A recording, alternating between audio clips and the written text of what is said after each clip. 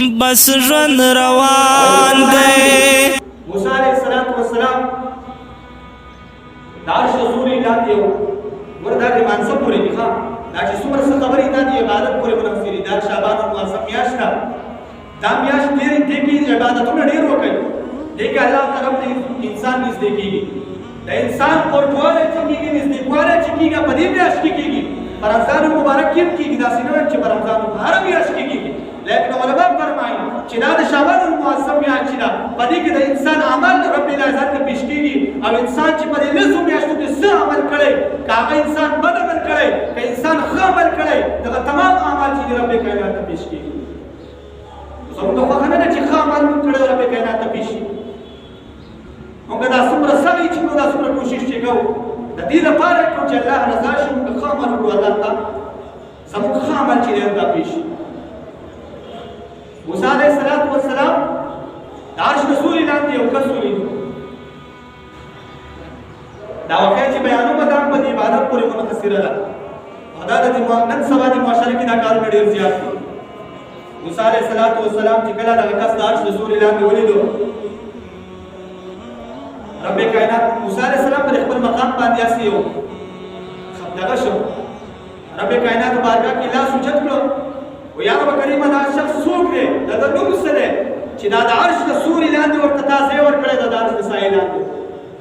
رب کائناتو ته فرمایي موسی ای موسی علیه السلام د یو انسان نوم خو درته رالمه خو دا انسان داسې نه ده په دنیا کې درې اعمال ډېر اعمال یې ماته خوښ وو دا درې اعمال به یې کول او دا درې اعمال چې دي دا یې ماته ډېر خوښ وو د دې د وجې نه ورته ما د عرش د سایې لاندې سوری ورکړی هلته به ورته ځای ورکړی دی د عرش د سایې لاندې څوک هلته موږ ته ځای میلاوي دا ډېر د مقام خبره ده. په هغه سخته ګرمۍ کې چې د عرش د سوري لاندې موږ ته ځای میلاو شي دا ډېر د مقام او د مرتبې او د سعادت خبره ده.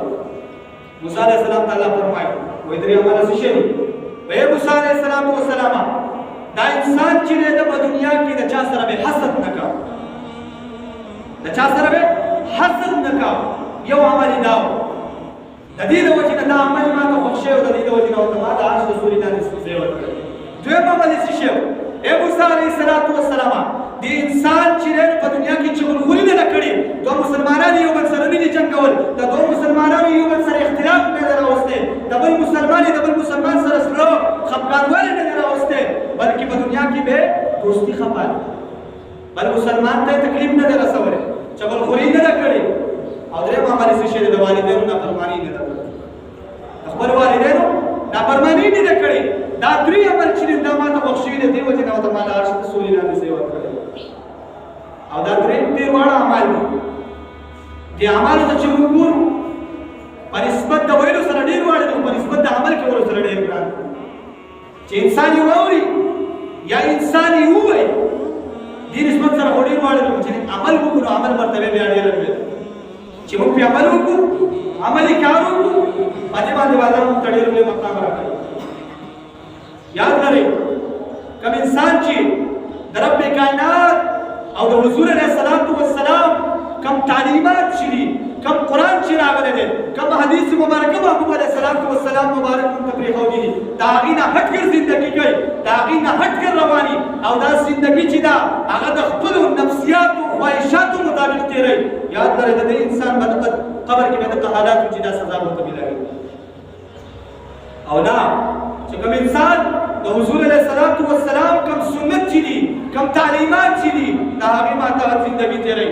د رب کائنات کوم قرآن چې دی کوم هغه مقدس کلام چې دی د هغه مقدس نبي باندې نازل دی د هغې تعلیماتو ماتحت زندګي تېروي. دا انسان په دنیا هم کامیاب او د آخرت